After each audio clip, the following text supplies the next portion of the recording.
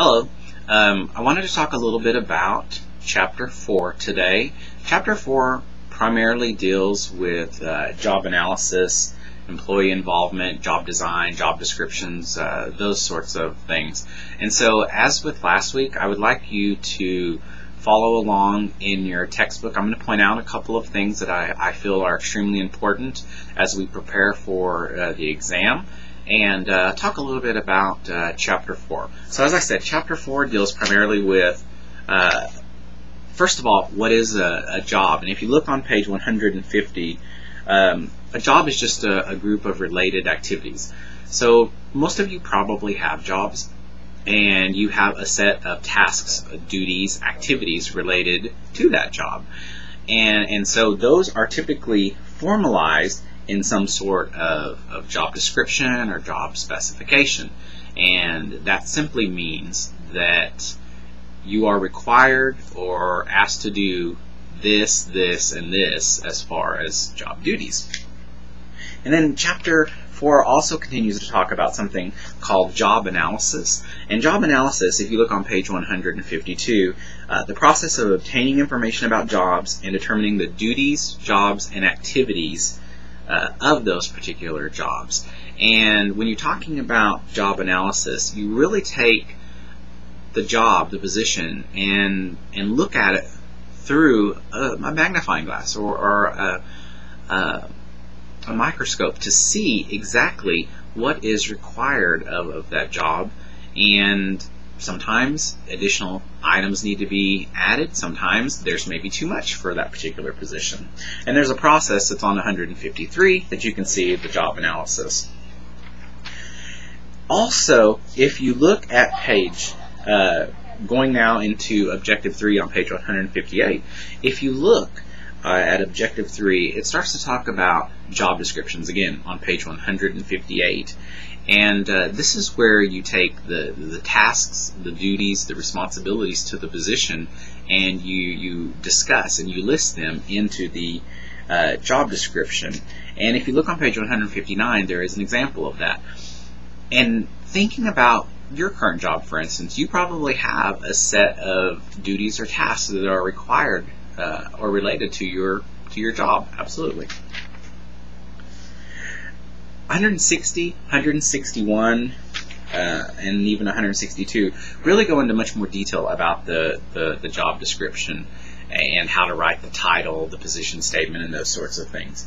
162 begins talking about job design, and this just is talking about improving the job through technological and human considerations in order to enhance organizational efficiency and employee job satisfaction. So doing some things to make the job better for the employees. There's also a section that deals with job characteristics on page 164, and characteristics can be the skills, the task significance, the task identity, autonomy, feedback. All of those together really help to show the employee what exactly is done, what's expected of them, and so on. And then one of the things that they talk about at the bottom of page 164 and continuing on to 165 and 66 is empowerment, employee empowerment. This is essentially where you can take the position and run with it. You feel responsible. You feel like you have a say. You feel like you can get the job done because you have something to say about that.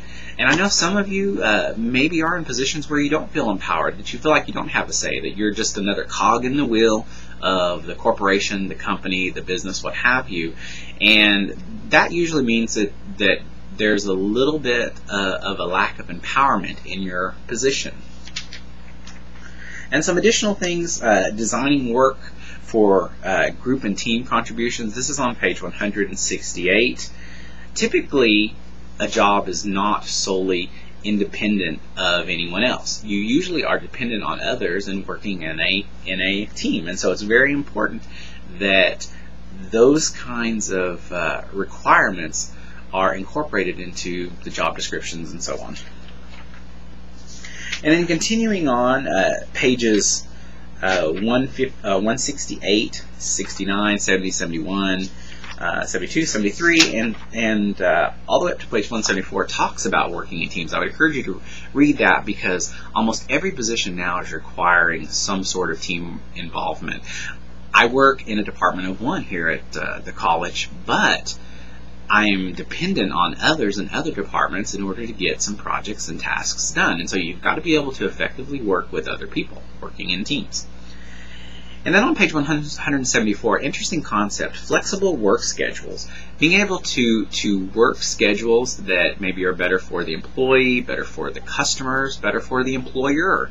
One of the things that we do here at the college is during the summer we have a compressed work week, meaning that we work Monday through Thursday, more hours per day so that we can be off on Fridays. Some companies do that to save electricity. We're doing it here to save electricity, but also to give employees an additional day off. And you just add a little bit of the Friday work day to Monday through Thursday, and you get this Friday off. So it works out really well.